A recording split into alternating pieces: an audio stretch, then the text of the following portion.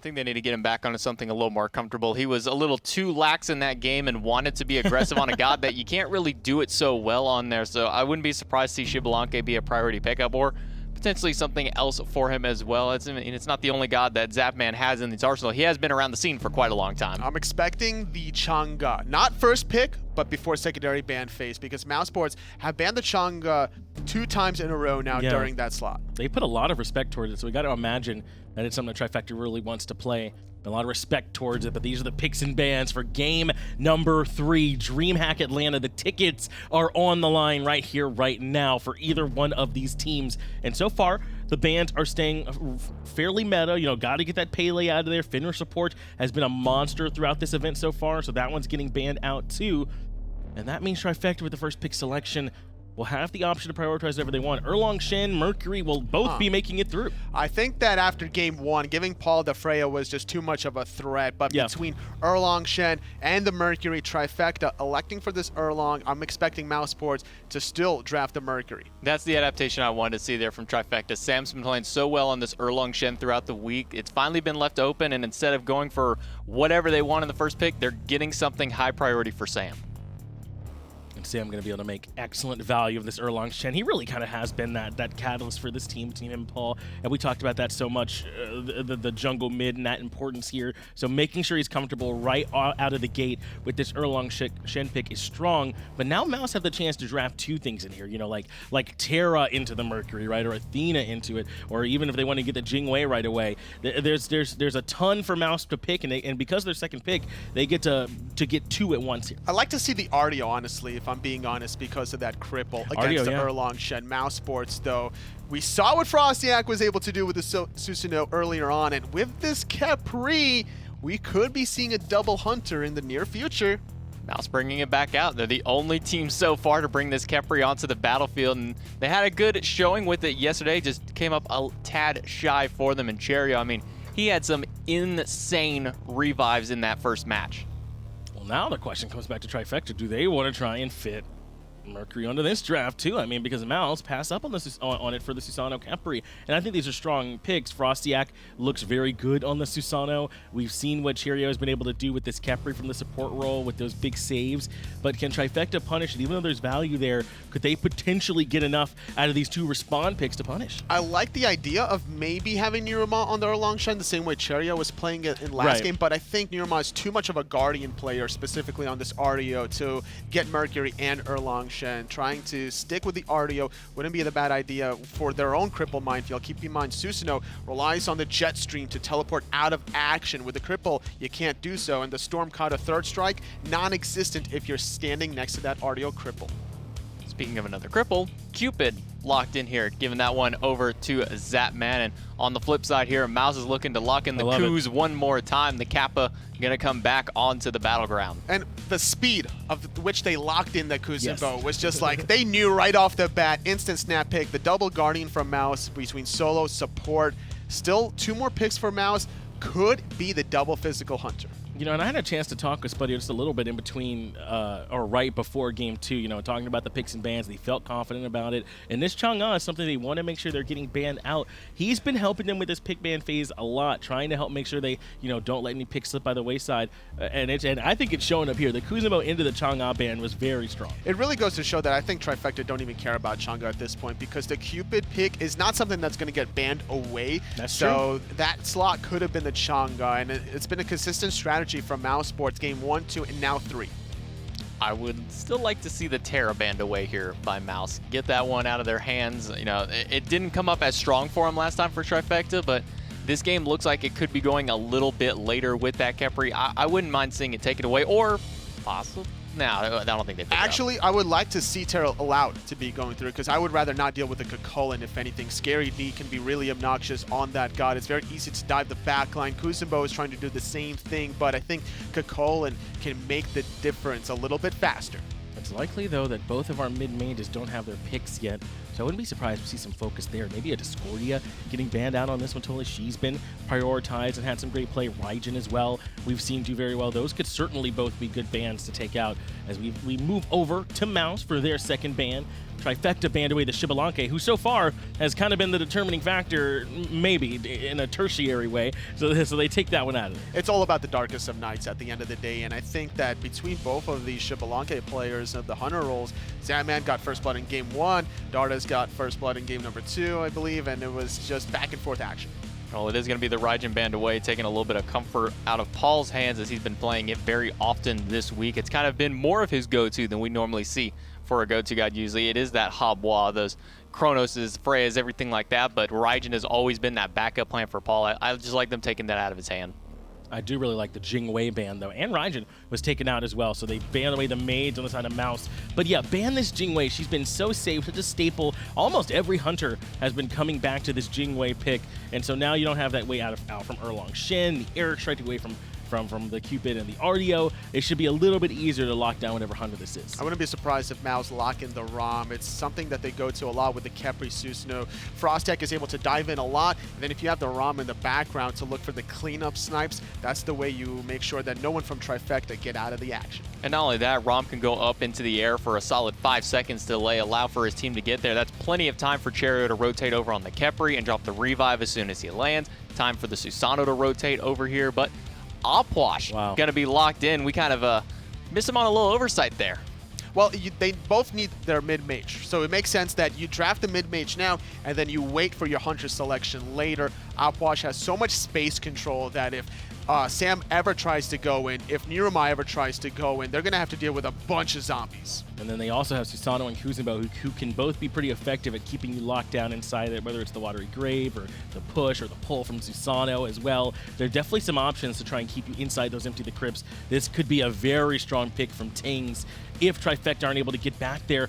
But the Achilles, in response to the revive, we've seen this before, and the Habwa being hovered. This is the aggressive Trifecta identity we've been expecting out of them. Scary D on the Achilles, Paul on the Habwa, Zap on the Cupid, Sam on the Erlang Shen, and you can't count out NeiruMah on this Artio. I think Trifecta are going to be firing out of this gate. They draft their dream composition right here for Trifecta. They got everything that they want. Zap has something that he can go ham on. Sam's got his Erlang Shen. He's been doing so well.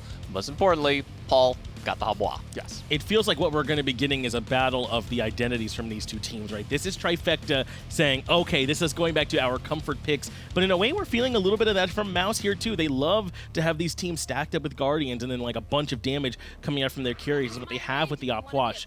And now Artemis, we have not seen much of her at all this week. Wow, I'm actually surprised to see the Artemis, but it makes a little bit of sense. It's a great team fighting ultimate to have the Caledonian boar ping-ponging between the action, and one accidental boar hit onto Paul could make or break these team fights. And not only that, Artemis does have a good bit of counter matchup into the Cupid with that ult. Once he drops that Fields of Love down, she pops the Caledonian boar, and that's going to just fire straight onto the Cupid. She can get out of the ultimate herself. And something that Dardez has been doing frequently this tournament is picking up the Runeforged Hammer on some of the hunters that he's picked up alongside the Poison Star. So, and synergizing even more with the Artemis passive, there's going to be a lot of increased damage on that side. That's right. Basically everything Artemis does feels like a CC, right? With the root, the slow, the stun as well. So she can certainly make some use out of it. And it's nice to have the boar here because they don't have that great of control here. I think Susano kind of does it. What they've done is they've got everyone kind of has their toe in the water a little bit to provide some tools instead of maybe like the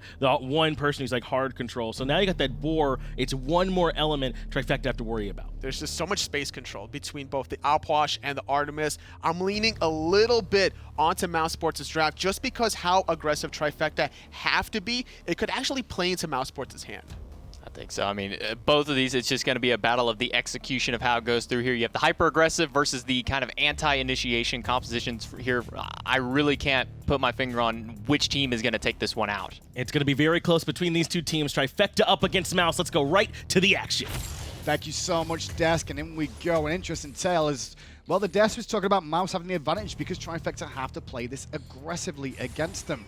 We'll see how this works out, though, because straight away we've got a bit of a grouping up. Paul's got Hemo. Paul's got Hemo. Yeah, he does. NeiruMah's got Achilles, though. Oh, man, I loved this draft until I really feel like Artio Cupid was the way to go. Really? You know, everyone knows I'm not the biggest Cupid fan, but Artio Cupid work really, really well together. You've got two forms of CC that guarantee Heart Bomb. You get so much aggression in that lane that his wave clear isn't as big of an issue. But the Achilles, the draft is kind of awkward because you want Sam on Erlang. You want to give the player who's been playing the best on your team, the best god in the game. You want to give Scary something that is Guardian because that seems to be what he wants, and Neil something aggressive. So they give Neil the Achilles, and I wonder if Trifecta got too cute with this draft, and I wonder if it'll cost him. Well, Neil might be on the Achilles. I mean, it makes sense in some eyes. I was expecting it solo, and it's a bit of a rope-it-up in a weird way because he's played Artio 2 games in a row. But having the execute in the team fights consistently and around the Khepri more is definitely the right idea, right? I like that idea as well. It's all about the Khepri, like you said. You're going to be able to pop that bubble with the help of NeiruMah.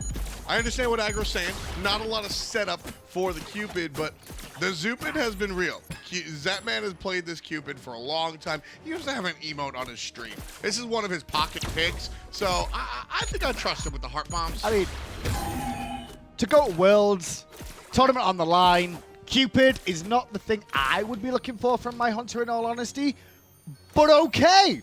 Well, again, Cupid's the perfect type Hebo. of... Hang on, it could be a bit of pressure not for Hebo, actually, FrostiaK, but he got the jet stream at level 1. You can go Jetstream or the Storm Kata. I think Okay. Jetstream's better because it's a lower cooldown when you're hitting enemies with it and teleporting. And just to in it case right of away. situations like that, right? And situations like that, where if he has Storm Kata, he might have been dead. I think that's a situation where FrostiaK might normally go Storm Kata, but with the heavy lockdown that we see across the way, he's going to change it up. Now, you mentioned Paul on the Habwa. Why are we talking about the Habwa so much and Paul? That's what he does. This is what he does. He made a name for himself in the minor league by just being a pub stopper. He would just be better than you on the Hebo. Then he comes to the major league and has to adjust his play style because he's in a new scenario. And then sometime in the middle of that, he went, I can still do this and stomp people. Paul, he's got the weapon that he asks for when he enters the battlefield. Paul has his own eclectic god pool. We saw the Chronos the other day. I mean, this is just, he plays what he plays, and he plays them very well, and he doesn't want to play anything else. Oh, FrostiaK jumped the wrong direction. They're trying to get away. That's going to force out the beads. Whack away, Mole is what's going on now as FrostiaK just beats him down in the back of the head. How did he keep up? Fatalis effect on the Mink. Oh, of course. Mink is no one so, uses Mink. I know, and it drives me insane. It is so good. It hits harder than Turtle Form. You get that Fatalis effect. Beads would have saved him from a knock-up there, not the Fatalis. What do you do? What do you do there? Sam for Soccer looking to pressure even further. They don't even know he's here. Well, he misses the speed, so he's just going to walk away. He went for the pin, expecting more burst, I guess, but instead, Scary and Sam for Soccer still on this right-hand side. Not going to contest the Harpies. Instead, they're going to take the blue buff away from the Kuzenbo. Well, right here, left lane, Zapman's still looking for it. And what I was beginning to say about the Cupid is that, sure, he's not as raw aggressive as some of the other choices. You've got Sam and Paul on Erlang, Shen, the best character in the game, and Hebo, maybe the best character in Paul's game. You don't have to be that super crit man. You can be team fight ultimate guy, heart bomb support guy. He's the secondary damage source, and in this team composition and player composition, I think that's exactly what he needs to do. You know the thing I really like about the Hebo in this draft is the water spout. And the reason I'm saying that is because that disruption will really shut down a Susano in the middle of a jet stream or trying to be mobile. Same could be said if it hits a Khepri when he's going for an ultimate. That is true, and it's good against this Opwash who needs to 1, 3, 2 in order to get it all off. And I love Mouse delaying the Opwash selection. I think that Opwash has overperformed over every mid laner so far in this tournament. I think he's the best mage that we've seen this week. But at the same time, he's so good because Empty the Crypts is just, you can't walk here zone. Trifecta doesn't want to walk there because they want to walk onto you. They want to just Hebo ult on your face and kill you as fast as they can. I like Hebo into Dardez's pick as well. As soon as the boar comes out, you time your ultimate, you're going to avoid the stun. You can even accidentally kill Tusky because Hebo does so much damn damage. And again, leave the X's and O's at home when you just talk about history and player performance. This is Paul's god, Now, man. we said a lot of good stuff about Hebo, but at the end of the day, he's a short-range mage, a lot of burst, but a very squishy mage at that. You were asking for something a little bit more long range. We just watched him play another melee mage in the Zhongqi. You're right. But is Hebo different for you? Are you happy? I feel it more in terms of damage. Zhongqi is more of a sustained damage situation where the engagements go long. But Paul, for me, has always seemed like a burst character. A guy that's going to go in and nuke someone, right? So give him someone that's going to nuke at least. maybe not fully sold for Hebo, because it still has plenty of risk to it too. One thing that Khepri does bring against this is the roots, and that really does make an impact against a Hebo. But the slows from Opwash won't be as impactful That's because true. of that, because of that water carpet. So there's definitely a ebb and a flow with how this matchup can go. When you look at Trifecta, they're low on peel. NeiruMah doesn't really have much peel as far as he's concerned. He's going to use that stun usually offensively, and Scary D's on the Terra. Big grouping on this left-hand side now from both teams. As the red buff was coming up, purple did too, but Dardez falls away from that and loses it to Trifecta. NeiruMah's going to take a little bit of poke damage here as he's trying to get a bit of a zone around the red buff. We could still see a fight. They're still here. NeiruMah not quite dissuaded just yet. Paul launches an ability over the wall, and that's all we're going to see. As I said, a little bit here and there, but no Ymir freeze, no Athena taunt. And Paul, knock up, speed carpet, ultimate. He can peel for himself, and I think that's also a big part of why I'm so excited about this Habwa. Trifecta being there early means that they can get purple and still have the option of getting red. It doesn't go perfectly from the outset, so they're able to back up and not feel like they wasted too much time because they were still able to invade at least one thing. Going back to this Habwa pickup for Paul, though, up against the Opwash in particular, as I said, the slows won't be as impactful from Opwash because of that Hebo carpet. But it's a tale as old as time in a sport like boxing, where Opwash is the guy with the long reach that keeps you away very well. The really good defensive game. But Paul is the power puncher, and if he can get inside of that long reach, if he can get up into BigManTingz, then it's going to be very hard for BigManTingz to ever survive. We seeing a blink? I don't think so. I mean, On who? Habwa? Yeah. Yeah, because you need beads for Artemis ult, you need it for the Khepri abduct. Nika's going to make your life difficult without it. I think there's a little bit too much CC from Mouse to go blink. I'm on the same page. At the same time, you're talking about getting in there. That's going to be the biggest struggle, I think, for Paul's Habwa here, is get into range. He's going to use the knock-up, and he's going to try and speed his carpet in there, but he's got to have help from the jungle. And he's going to get help from the jungle. He's got pin, right? It's one of the strongest things. You've got the stun from the Achilles as well. It's going to be a death ball, is what I'm kind of looking at for this composition. But Mouse, however, they're all about mobility, duking in and out, I feel like, in the most part. But mid lane, oh, Big Man got caught in an awkward spot by Sam and Paul. He emptied the crypts, but it was more of a, well, join the crypts, I guess. Yeah, empty the crypts, empty your life bar, buddy. Paul hits him with the water hands and just watches as he dies. That's the Erlang. Paul doesn't need blink because Sam has his. Thor going to be traded out for the Fear No Evil from Zapman that was deployed there. That could have been interesting because you can see Sam was just on the rotation there to try and make something happen. Yeah, I like that ability right there. That was it spread out the hunter and the support. Zap could have gone for the fight. It was a nice option select. He didn't have to really commit to either option. I liked it. NeiruMah turns up, trying to steal away the purple buff stun onto Cherryo, eats a heart bomb too. That actually gets the horrific emblem out of Cherryo as well defensively. A little bit worried about the all-in. Zap is playing with just so much aggression that it feels like Mouse is a little confused as to what's going on and why he's playing that way. They're picking Cherryo again. All they wanted to do was try to get him on the purple. Didn't end up happening. Cherryo had a ward in the pit too, which you can't see on the camera, but you can on the minimap. And I think that was just enough vision for him there. Yeah, even still, just a little bit slow from Trifecta. That could have been a collapse, but just a little bit too slow. This time it seems like Scary's doing a little bit better at holding his own in this lane. Not going for teleport again, but no beads to start off. This time it's going to be Blink as his first relic. I wonder if it'll be Sprint next, though. I imagine he would have gone Sprint in the first place. A second Horrific, maybe? I don't know. I don't know what would make Scary go Blink first if he's not planning on going teleport at all. If I see the blink first, that means I'm expecting earlier rotations than what we saw in game number 1 and game number 2. And if the blink's going to come first, you have to make use of it before level 12. He's already level 9. So now is kind of where I want to see this Artio making use of that, making the rotation, and actually being involved. Maybe it's Thorns. Maybe it's Thorns that's going to be a level 12 for Scary, because I don't necessarily agree that he has to use the blink pre-12. He's thinking long-term. I would say that if you're going to make early rotation, teleport does way more for you than blink anyways, because you can make the rotation and still not miss the farm on the right-hand side. That's fair. Scary's thinking about what 2 relics do I want in the late game? And then he looks at those. Blink from Sampa's socket into an ult. Immediately, BigManTingz will get the crypts off. Great knock-up as well from FrostiaK to slow this down. But Scary D has turned up. No. Paul's crushing wave will take FrostiaK's life. 2 members of mousesports dead. Trifecta extend their lead some more. You do not get that close to Habwa ever. For any He reason. didn't get a choice, though. If That you- was Sam. That was Sam, but then FrostiaK tries to go in instead of just retreating when he really should have backed up. And that's why another reason FrostiaK's on this character that wants to stick to the mid laner, not going to burst him down. Mercury, pop, pop, see you later. Whereas when you're playing the jungler that he's using right now, it's more of a sustain. You got to hit a couple of abilities. Stormkata's going to chunk you, but then he's going to follow up with the 3. And then you get knocked up water hands and you die. You don't have time to really Susano your way through. Oh, Nika's having a good time of that trade-off there in the right-hand side. This is stay from Scary D, and the extra minions really made a bit of an impact there. I guess that's something to do with the builds as well, right?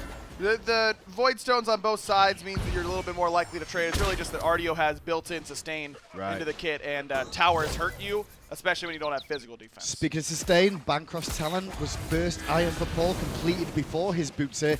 Big power spike, a lot of sustain, but are you running a risk against our Puch, or does that affect it at all? He does this every single game, and Sam's going to avoid the pull there. Still hanging around. They're still trying to trade out. Nika's under pressure on the right-hand side too. Could be an opportunity there, but that's going to be fall back.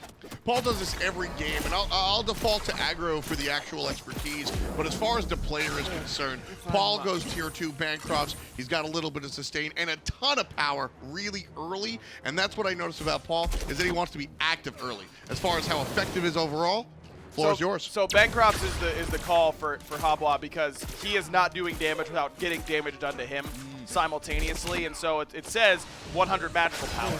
But don't forget about the passive. He's getting lower as he's hitting you. You were going to have to hit him if you want to have any chance to live, and all you're doing is really feeding the beast. He's got bide while he's hitting you at the same time, and then, I mean, he crushing waves you for 700 like he did to FrostiaK because he's got that full extra power from that Bancroft. Not just on the passive too, right? Yes, exactly. It's the passive of the lifesteal and the power. It really does help for both, but it's really more power than lifesteal. Look at how he's leveled these abilities as well. Not even a point into the carpet until level 12. Team fight as they're looking for the invade. NeiruMah looking at FrostiaK, and meanwhile, though, everyone turns their attention to Paul with Nika being over here. He eats more damage than Bargain Paul thanks to Nika, as Nika's trying to keep NeiruMah busy. The Crips are doing some good work, but NeiruMah slips the net thanks to the Achilles. However, look at this in the backside. Scary D's in the action. Paul trying to keep his way out. Sam, Cherryo got him. dashes forward. Sam takes care of business on the left-hand side. And Paul, relatively low, couldn't really stick his nose in it. Oh, where's Paul going? That pathing's not the greatest. And there's the root. The crushing wave. Dardez is dead. Ting's under pressure. Paul Aegis. There's no more cooldowns available. The Nene Kappa falls. And the Kappa himself falls soon after. The god of the Yellow River, man. Paul comes through. I think he still has 1 HP. Ah, what up? Hey, is walking into a small corridor against a Habwa with ultimate good? I don't really think so. All right, Knocked sure. up into ultimate. Paul has 1 out in that situation. You have to play around that better. And when you're playing Habwa, here's the idea. You can ultimate towards your team and be safe, but that's not what Hebo does. You're going to turn and burn. Paul's been doing it forever. That was the forbidden fruit. mousesports see him, as Tolly would say, dangling like a juicy piece of meat. Look at his damage he did in that team fight. That is absurd. To be fair, it was an extended team fight, granted, but a lot of that damage came when he was 1v3 in that scenario before his team turned on. And a lot of that was onto the tanks, too, and Paul doesn't even have the full pen yet. He was sitting on Enchanted Spear, which is the tier 2 of the Spear, the Magus that he's gone for, so it's only going to get higher on these damage numbers. Well, if you're just tuning in, you were wondering why we're talking about this Hebo and Paul so much, you've got your answer here. NeiruMah getting aggressive on FrostiaK, trying to keep him in check. Cherryo having to dash away too, both scared of his Achilles. Now, we're all losing our minds about Paul, and deservedly so, but the beginning of that fight was really well played by Trifecta, because it's Sam, it's Neil, it's Scary. All of them go in a rotating cycle. They keep playing peekaboo with you. Hit this tank. Okay, he's out. Now you have to hit this tank. Okay, he's out. Now you have to hit this tank. And it just takes too long. Oh, NeiruMah a bit far forward here. Going to get punished pretty heavily under the tower. Great juggle from Nika with the ultimate there to try and keep him pinned. But NeiruMah's still alive for now. His ultimate's on cooldown. The stun kept him alive for a second. But mousesports finally get themselves on the board. And that's where Opwash ult is really, really good, because it just keeps all the help away from Neil in that position. Earlier before, Trifecta did a great job of zoning Cherryo out as well. Keep the Khepri away, unable to really be impactful in that team fight because Paul's just sitting there. Now, he was at about 25% HP which is why he didn't go deeper. But he's just sitting there going, I dare you. Walk past me. Is this a different Trifecta we're seeing, though, in this tournament? I mean, the earlier rounds, everyone's like, oh, Mouse have got this, looking at the set with how well this team has played. It's a different Trifecta because Zapman and NeiruMah are performing. Sam and Paul have been doing it. SPL, Sam, Paul League, absolutely. But NeiruMah looked fantastic in the regular season and largely a disappointment here at LAN. Zapman, quiet, sleepy. Day number 6 here, the final day, both of them have woken up. That was a nice little play from Paul there as well. Nika knew the damage was coming and went, Thorns. Oh, basically, reflect.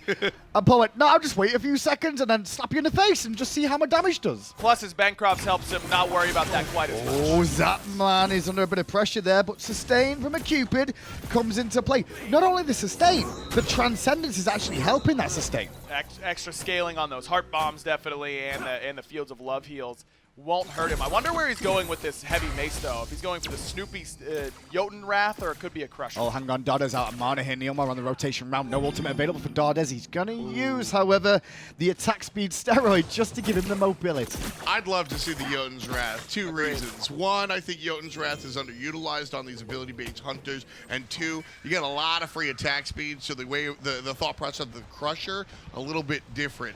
Just being able to pop the giant Fields of Love over and over again, that alone, I think, is a reason to go Jotuns. I actually agree, just because I'm a little bit worried that the Crusher and the dot damage from the Crusher may inadvertently, if a situation goes crazy, end up popping a Khepri ultimate, you know? That makes sense. It can happen. Would be unlucky, but could end up happening. But we're all wrong. He's going Crusher. On Cupid, I think Crusher is not as good because you're only proccing it on one ability usually, 2 if you have the ultimate. And the CDR is good not only for the ultimate, but you get more heals. And the dash that Cupid has goes down pretty far in cooldown as you level it. Yeah. You can be zooming around pretty easily. But I do think he's been maxing the hearts. By the amount of sustain he's getting off those hearts, I think he's put more points into that than the dash. So the Crusher kind of allows him to do this. And then late game, you know, you can sell the Crusher for something else at full build. And I think this is Zapman buying into what I was talking about earlier. Sammy and Paul are the #1 option on this team. Playing the Cupid, you are the support hunter, if you will. He knows that the attack speed is getting from the dash. He doesn't need it. He's more there to be in the back line and provide the sustain. But, I mean, the attack speed from Crusher is very relevant. Zap is doing less with his abilities at this point, but more worried about where his auto attacks are going to hit and how hard they're going to hit. So 7-1 as we approach the 20-minute mark slowly but surely at the moment. It's about a 4,500 gold lead. 5,500 experience for Trifecta here. All these games have gone to level 20 so far. So even though Mouse are at a deficit now, you look at their Phoenix defense with an Outwash. You've got to factor that in. It's incredibly difficult to siege against Opwash no matter how far behind you are. Opwash is just really, really, really, really good at that thing. Also Kuzenbo. Kuzenbo can make your life difficult as well as he gets a higher level, that's for sure. Hey, there's only one man who plays Kuzenbo, and he's playing later today. My boy gonna go off again today. I can feel it coming. Cassia, you're talking about, of course. Of course. If you're Who else could I be talking about? Well, hey, if you're just tuning into finals, there's a story behind it right now. The story is Gold Fury. He's already down to half health already. NeiruMah trying to get in. Fields look down 2. The Gold Fury's still alive. mousesports will get it. Fight's a bit skirmishy now as mousesports turn tail. Nika under a bit of pressure, trapped by 2. He's getting some support from the extra defense from Cherryo there, but this should be okay for Mouse to get away. Trifecta's still going. This is a beautiful time to attempt by mousesports. Sam FrostiaK is going to make the rotation, but Paul wasn't involved. That's why Mouse go for They gold. want the Khepri really badly here. Knockup's good. Jukes are good. Root is better. Paul, though, crushing wave. Good Aegis out of BigManTingz to make sure he doesn't get hit by that. But NeiruMah and Sam escape on the left. Scaredy and Paul escape on the right. Oh, but Neil now is in trouble. Pulled in by FrostiaK. Frosty cuts him down. Sam getting low himself, but is able to get that heal. Paul's coming through, finds a nice knockup. Ultimate already on cooldown. And that's all that we're going to get here. Support for support, but mousesports get the Gold Fury. Much better there by Mouse, and that was just good identification that Paul and Sam were out of position. They backed at a bad time, and Mouse was grouped up as 5. Good use of that Watery Grave by Nika just to keep away everybody and give himself CC immunity at the same time.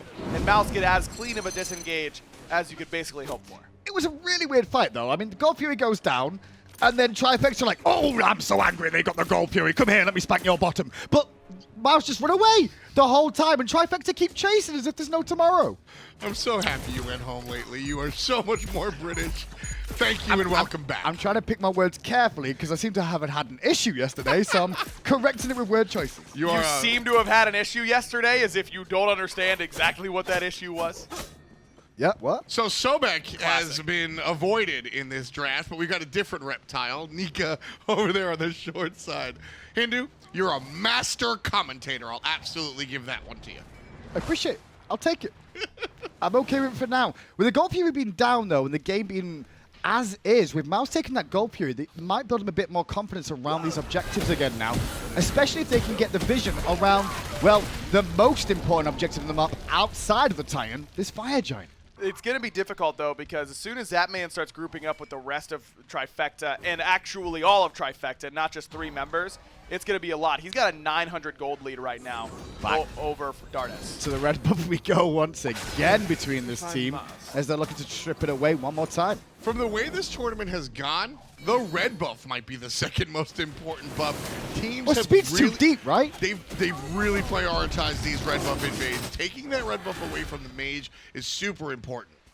Teams have been really identified that, and Mouse did it last game.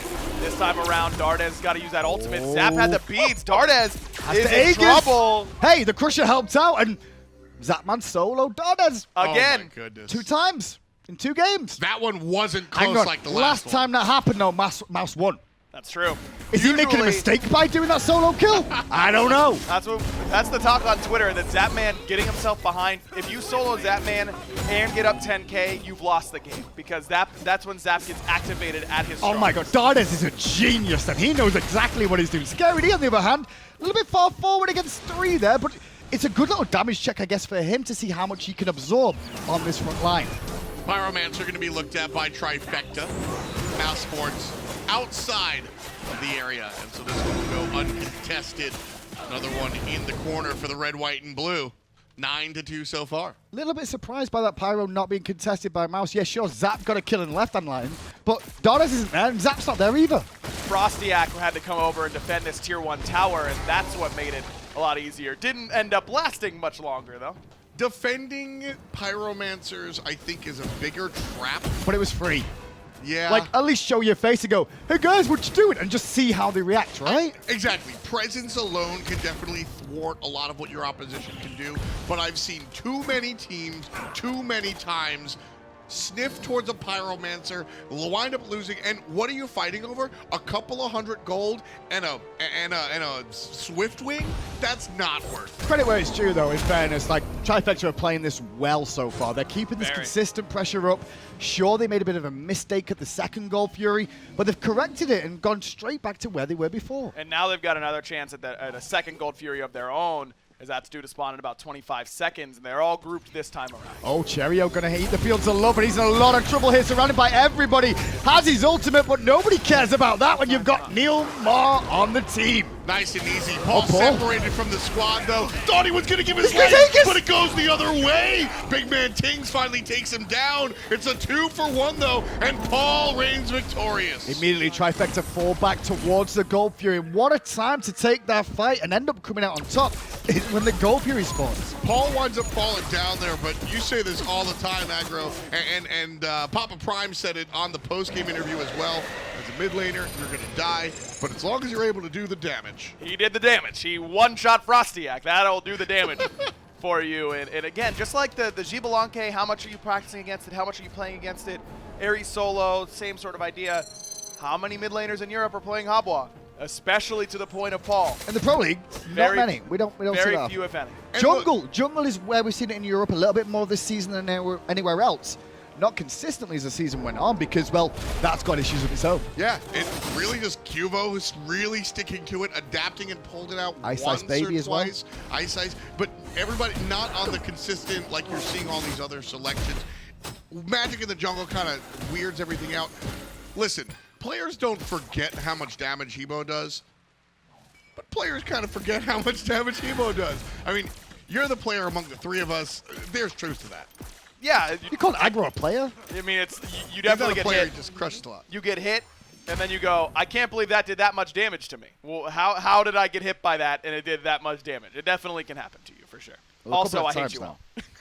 Couple of times now, Paul's been, in my opinion, awkward positions, but then he's at least gone 1 for 1, 2 for 1, or even survived time and time again.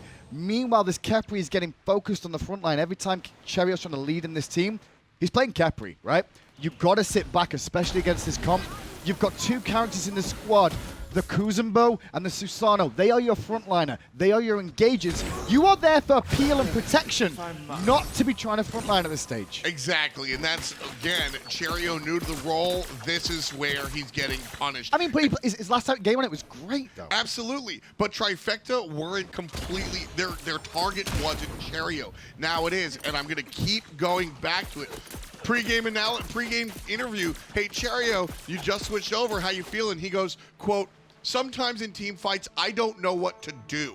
Well, guess what? Trifecta listened to that interview as well. And NeiruMah and Zapman go, what if we pick characters that completely counter Cherryo and step on his toes the whole game? Cherry has been unable to find a good execute so far this game, but you have to find a good execute with making sure that Neil isn't next to the person you're ulting. This is a tough composition for Cherryo to play into for sure. And remember, Khepri isn't just there for the res. I mean, his Rising Dawn is an insane ability to give you damage mitigation as a team, and Cherry's been doing a decent job of hitting those. Well, early this week, Trifecta lost to the minor league EU team in Insignum before the super substitute. And a lot of North America and the fans around the world were like, how is this possible? Well, this is the team we were hoping and expecting to see now. They have mousesports under their foot at this point in the game. They've controlled this game a lot like game 1. Right now, Trifecta looking at this tier 1 tower, and what I've liked about it is that they just walked up and knocked on the door. There wasn't a play, there wasn't a flank, it was just, hey, we've got a minion wave. What's up, tier 1? And Mouse, they've played a little bit of defense, but already down to a quarter. Zap's done some pretty good healing with this Cupid so far, been able to keep the team up and ready. And Trifecta has lots of options from this position on where they want to go. They can go to Red Buff, which seems to be the call. They can go to Pyromancer. Gold Fury's not up for a little bit, but Oracles are. So there's lots of farm for them to take, but they're leaving mousesports trapped underneath this mid T1. Zap's been prioritizing the heal. Again, going back to it, he understands he's the third option. Funny enough, the Magi's cloaks as well that we're starting to see coming out from Trifecta here. There's not a lot of hard CC here on the side of mousesports. You're really looking at maybe the pull from the Susano or even the Kuz, that's it. This is what I was talking about the other game, where you have these high-value CCs that do you really want to use beads on them, but you have to. But now you don't have easy long-range CCs that get you out of that. So Blink Watery Grave from Nika won't instantly disrupt you. You can still Cupid dash out of it. You can still Hebo ult if you need to. You've got options. Magi's cloak is Go on, Kappa. Go on, Kappa. It's so Oh my God! He got it! Oh my goodness! Oh, Scary D! Can we get a replay, please, cameraman? If you can guys get round to that. Look at Scary He right knows. now. He knows. Just, He's a sad panda. He There. really is. oh man, even the jean jacket couldn't save him there. But he saw it too and he even stopped DPS for a second and went, oh, don't worry about it. Swipe, swipe, and then Nina's like, hey! And right now, that's what Paul's saying. Oh man, you would look like one right there. The big thing is that Cherryo Solar Flare is going to have to be the thing to pop these Magi's cloaks, and it just did on the Zapman. Yeah. That is your long range. It really is. Really is, and that's the one that Cherryo's going to have to line time and time again, but the fire gen has been started up. It's not really a full commit from Trifecta. This is more to try and force a fight. Nika on one side, Cherryo leading the team through the other. Susano trying to fight around the left-hand side now. FrostiaK moving that way slowly but surely, but Sam is in that area. 90% so far on the big guy. Nika's going to creep forward in front of Cherryo. The positioning there, very important. We've seen Trifecta collapse. Down to 50% of the Fire Giant so far. Sam for Soccer playing up front. Both teams very cautious around this right now. It's more of a positional battle more than anything else. It's kind of waiting for the time and the certain abilities to be on cooldown, right? It is. It's also that Trifecta is just kind of buying time. We'll see if Mouse shows up. They do. Okay, we don't need to commit to this. We'll take another red. They're small victories over and over again for Trifecta. They're playing very patiently right now. and it's going to pay off. It's a little bit of chicken as well, right? The cars are just coming right towards each other head on. He who turns first is going to lose. Trifecta yanked the wheel to the left, and they're going to the Gold Fury. So again, Hindu was saying small victories. That's a pretty big one. I do want to mention about the mouse comp too. We said at a certain stage of the game, we go to the graphs. Golden experience matter for a while, but every game's gone past 30 minutes. The only thing that really matters at this stage is that gold deficit, because both teams still need a couple of items here. Yeah, right now, mousesports still significantly behind the 8-ball. Kill count, I think, tells a story. 11-3. Trifecta have just been much more effective in these team fights. As you said, Hindu Man, the experience, we see 20s across the board, but look at the item disparity. Paul, he's done. He's already completed his items, whereas Puch still has to go.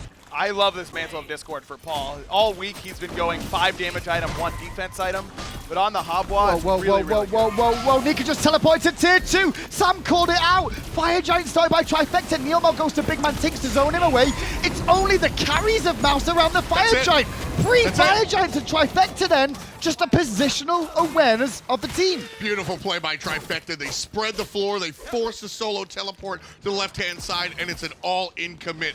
Paul burns the ultimate. They all went in. I like it because, like I was saying earlier, Trifecta's playing patiently. They're not doing nothing. They're waiting. Sure. They're buying time. They're sitting there. Okay, red's up. Let's go get that. Okay, now gold's up. Let's go get that. And you just force mousesports to have a response eventually. And if they continue to play passively, then you earn the lead to the point where you can just do the fire right in front of them. Well, the response seems to be at the tier 2 town on the right-hand side, but it is giving Sam some freedom to go for a tier 1 if he wants. Sam's a bit indecisive about where he wants to be. I think he's trying to keep check on FrostiaK flanking around the back. And around the speed buff too, if you can steal that, that'll cause a problem. There it is. Meanwhile though, tier 2 tower under siege. 90%, just barely, but there's a big chunk actually. Scary D right out in front. Love the positioning, which has been very strong from Trifecta so far. Scary's played a much better game this time around. Hasn't been worried about blinking in at the same time as Sam. He's been in the right spots at the right time. Right now, Paul just gonna, again, the small victories. Sammy's gonna shift here, get a free tier 1. The rest of the team on the right-hand side, Sam's gonna continue to push. Mouse has got to do something. They can't just keep watching. They're sitting on their hands. Should they be watching? Where do you fight now, though? They watched too much already, and now they don't have much of a choice. Scary D leads the team in on this Artio with Zapman. Funny enough, will tank it up for his team and then heal up after the fact. Tier 1 in the mid lane does fall down, and now the pressure turns there. The other thing about why Mouse has watched so much, their composition is really, really good in counter-engage, but their engage is poor, to say the least. Yeah. You're looking at a root from Cherryo as your best engage tool, maybe a Blink Watery Grave from Nika. It feels like a Susano pop-off game. Is that what the draft kind of felt like to me in the early game, but it never happened. It never happened because Trifecta got ahead in the duo lane specifically. Zap was big, and you don't want to fight against the Cupid as Susano.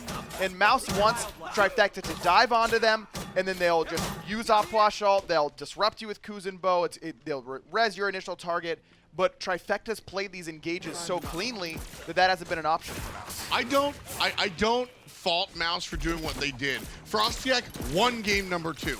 And they went, all right, feed the hot hand. What do you want? We'll pick your pick. Hey. Do it again game 3. Well, that's where I may have a bit of an issue there. It was so early for a Susano pick. It was their first pick, which kind of let Trifecta pick around that. They get the Artio, which causes problems, and then other gods too. And you give Trifecta Erlang, which is the hot hand, sure, it's FrostiaK, but Sam has been the hot hand for Trifecta. You give him one of the best gods in the game right now. It opens up Paul to get another one of his strong picks, and those two have really been the driving force. And as we said all along, if the side lanes can step up to the level of the minor league call-ups of Trifecta, Trifecta's going to go to Worlds, and they've stepped up so far. Hey man, I'm just saying there's a world where FrostiaK gets to Susano. I don't give a damn what happens on the other side. We've all seen him roll that 6. Sure. And he can absolutely run the game. So I'm not faulting Mouse. Could they have done it better? Sure. But I think this was just, you believe in the teammate. I have no...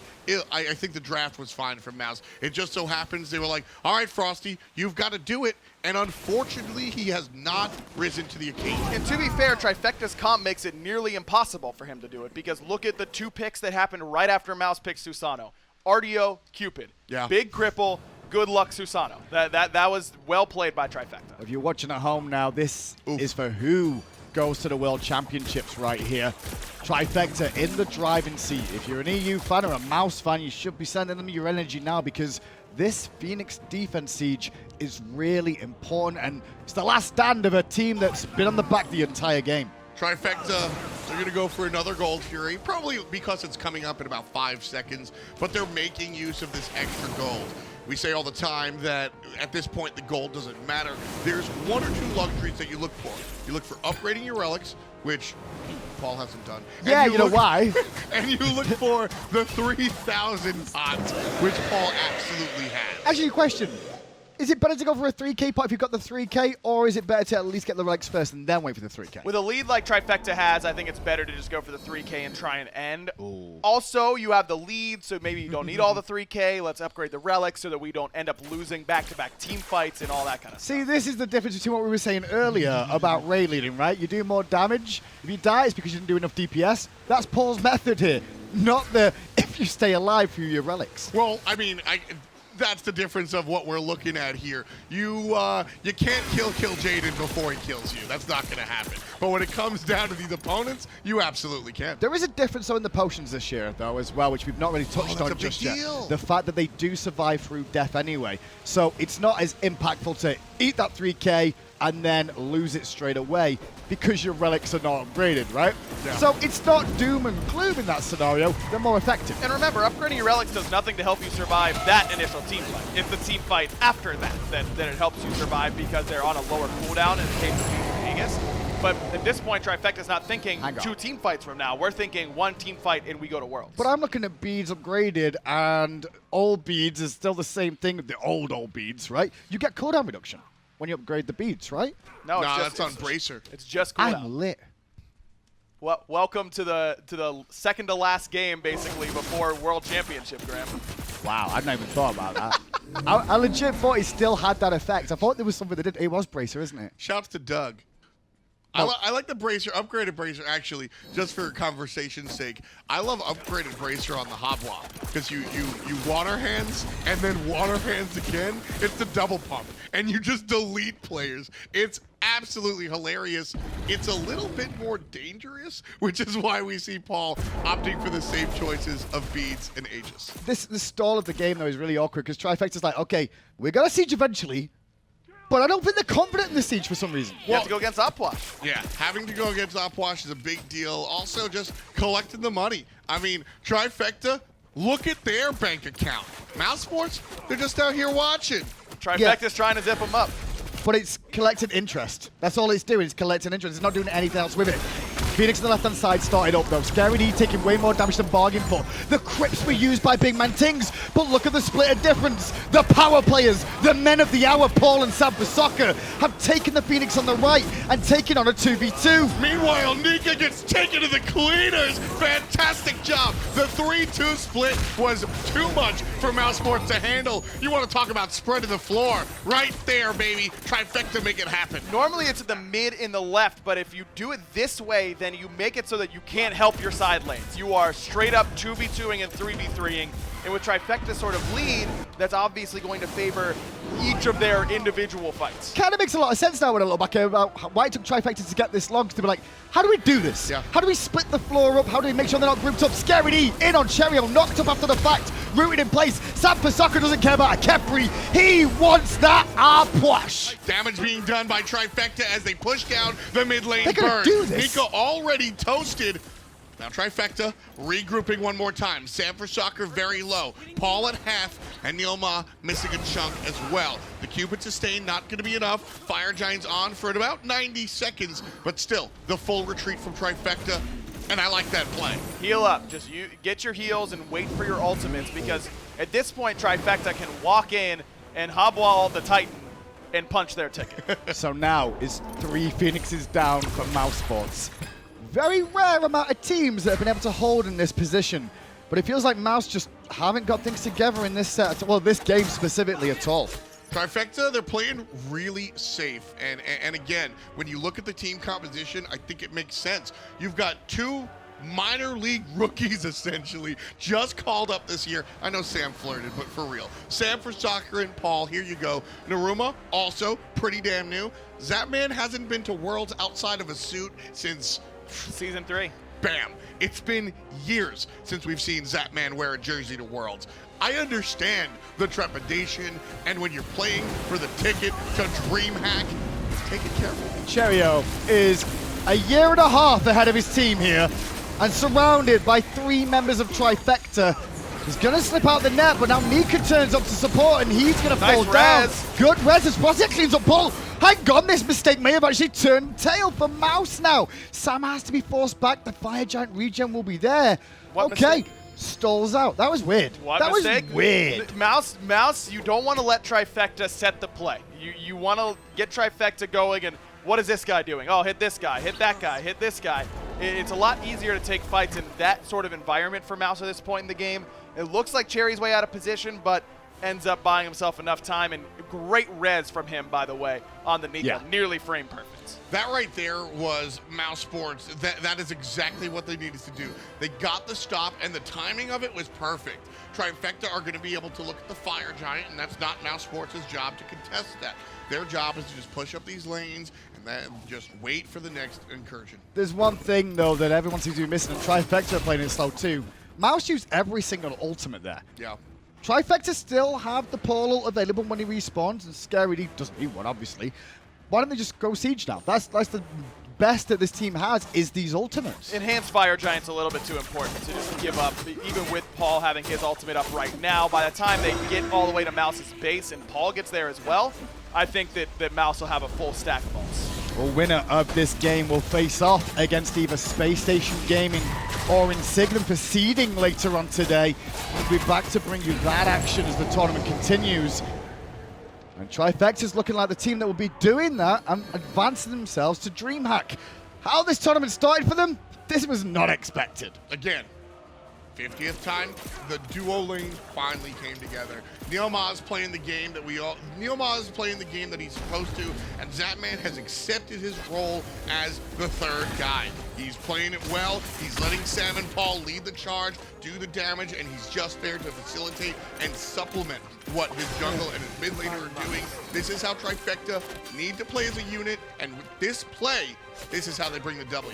Right-hand Phoenix has respawned, left one due up soon, and there's Sampasaka and Paul on the left to make sure that one gets taken down. Cherryo goes for an abduct. Backstep works out big. Cherryo still alive, ults himself. BigManTingz gets Scary D, but Zapman goes down to FrostiaK. Meanwhile, Nika's keeping them busy. He can't keep the left Phoenix up, but he's going to try and keep the middle one up if he can. Nice trade. mousesports going to fall back into the Titan room. Titan under duress, 60% on the big guy. Mid lane Phoenix respawns. Sammy puts it down. Right one's still alive though, aggro, and wasn't as clean as you expected for Trifecta there. mousesports knew the game plan and, well, they executed a little bit better. That was sick by Neo, the little tiny slide step backwards to get out of that abduct from Cherryo, but at the same time, FrostiaK was getting into the back right on top of Zapman. Zap never got the Aegis off because of the knock-up from the Typhoon. He thought he was going to get saved by that Magi's cloak, but ended up still getting knocked up. If Zap survives, I think Trifecta win the game right there. The other thing is that Neil, you don't see a sprint on the side of Trifecta, despite the Empty the Crypts plus Gem of Isolation combo for BigManTingz. The idea is that Neil's going to get on top of BMT and pop that horrific emblem, reduce the damage that that entire ultimate will do to his team, and then they don't have to worry about walking through it. So but if Neil can't get on top of BigManTingz, then that Empty the Crypts ultimate is unstoppable.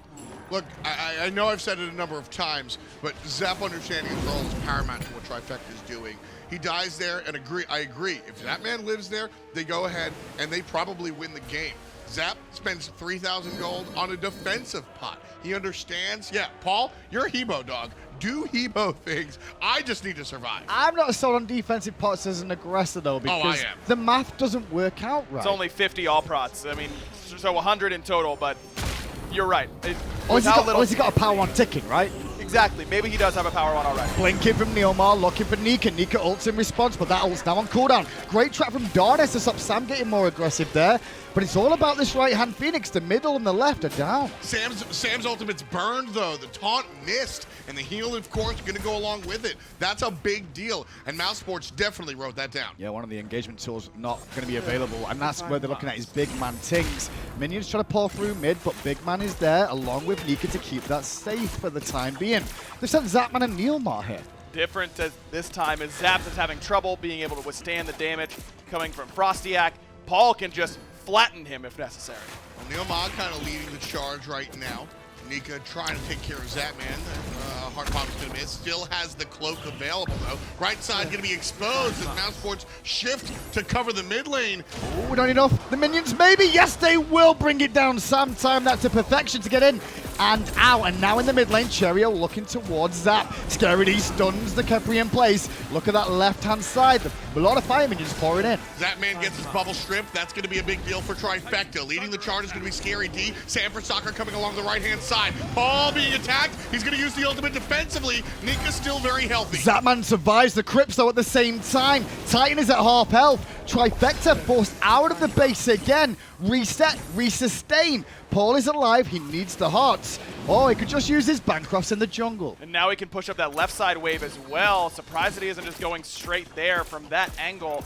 Trifecta hasn't been able to break it yet, and without Paul's ultimate, it'll be hard. So cautious though from Trifecta at this point. Well, it's hard with the geography. Cherryo's going to be trapped up in the ultimate coming out from Zapman. Scary D leading the charge. Sam FrostiaK right-hand side. Going to get healed up. Try to push Frosty down. But with Cherryo and FrostiaK being on the right, it's left the rest of the team alone. Nika's forced out. They're all on the Titan. It's a 5-on-5 in the Titan room. Ultimate on BigManTingz to keep it topped up, but they won't need it. Trifecta take the 2-1. Unbelievable. What a fantastic play. Love to see the guys. This is how excited that they are. What a great, great job. Yeah, Paul, flex on him. You've deserved it. Paul and Sam absolutely helped this team get there. I don't know what the dance was. I don't care. He brought the pain. I love it, man. Congratulations to Trifecta. What a performance by them to make it to the World Championship. A great effort by mousesports. That defense was stout. It was hard to beat. But when you lose that many Phoenixes and you have that many fire waves coming in, it doesn't take that much from the rest of the team to get in there and kill the Titan. So close for mousesports, a team that has had trials and tribulations, their own approach to the game, their own brand of Smite. It got them right up to the door of DreamHack, one hair away, but Cherryo and the boys just couldn't do it. They made adjustments all year long, and the FrostiaK adjustment at the end. Do you think with more time that could have been different? I don't think it's time. I think that FrostiaK is the type of player that will win you games and then have games where he can't make that same level of impact. I think Trifecta identified that you can't just wait around for Trifecta to you can't wait around for FrostiaK to roll over and have those bad games, because he just isn't anymore. He's having good game after good game after good game. So let's take our draft to him. Let's focus him out in the draft. Let's make sure his pick isn't comfortable and put him on the back foot, and that's exactly what happened. Great performance from Trifecta, though. Commiserations to mousesports. But Trifecta, North America, surely must be happy now. I mean, they're going to DreamHack, baby. Overall, then, that's it. 2-1. Break it down in the desk for me, Finch. Oh, I absolutely will, Graham. What an impressive performance by Trifecta. And remember, the way they start off this tournament, immediately getting smacked in the mouth and then bouncing all the way back up to the lower bracket. What an impressive run. Game number 1 was no easy challenge for them, having to draw out for 45 minutes till finally Paul on the Freya in Game 1 was making it happen. Game number 3 was just dominant performance at the beginning of the game. I think the Habwa Erlang Shen combination really pulled it through for Trifecta.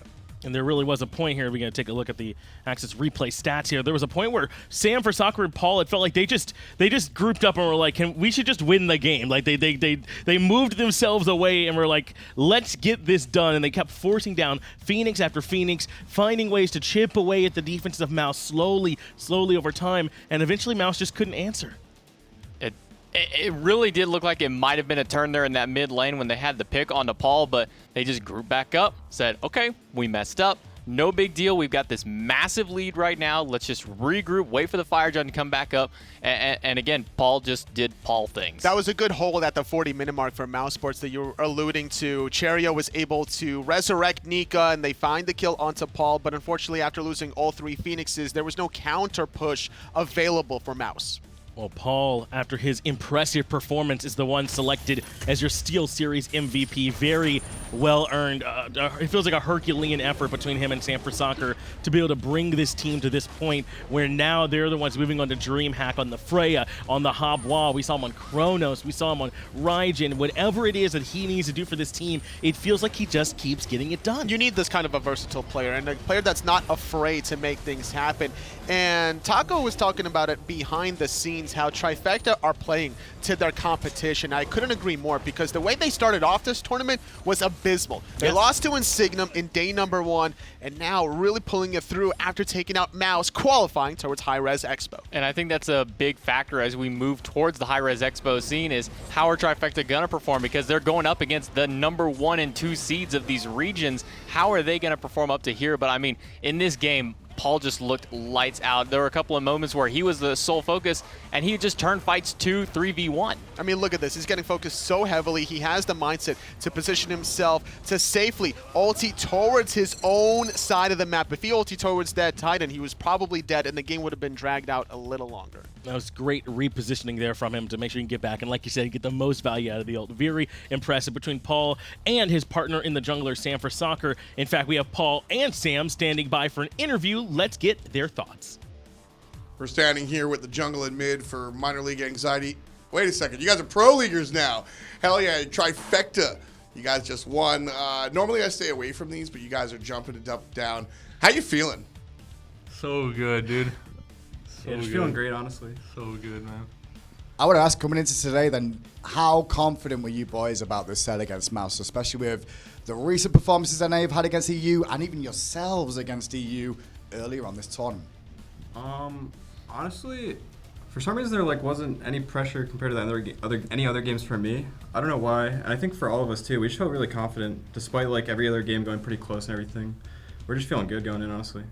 Sam and Paul, you guys have been really the hard carries for Trifecta as two basically rookies coming in. You've got Zapman, one of the longest standing veterans on the squad. What was that dynamic like, kind of saying, all right, Zap, you've been along for the ride, but we're the captain now?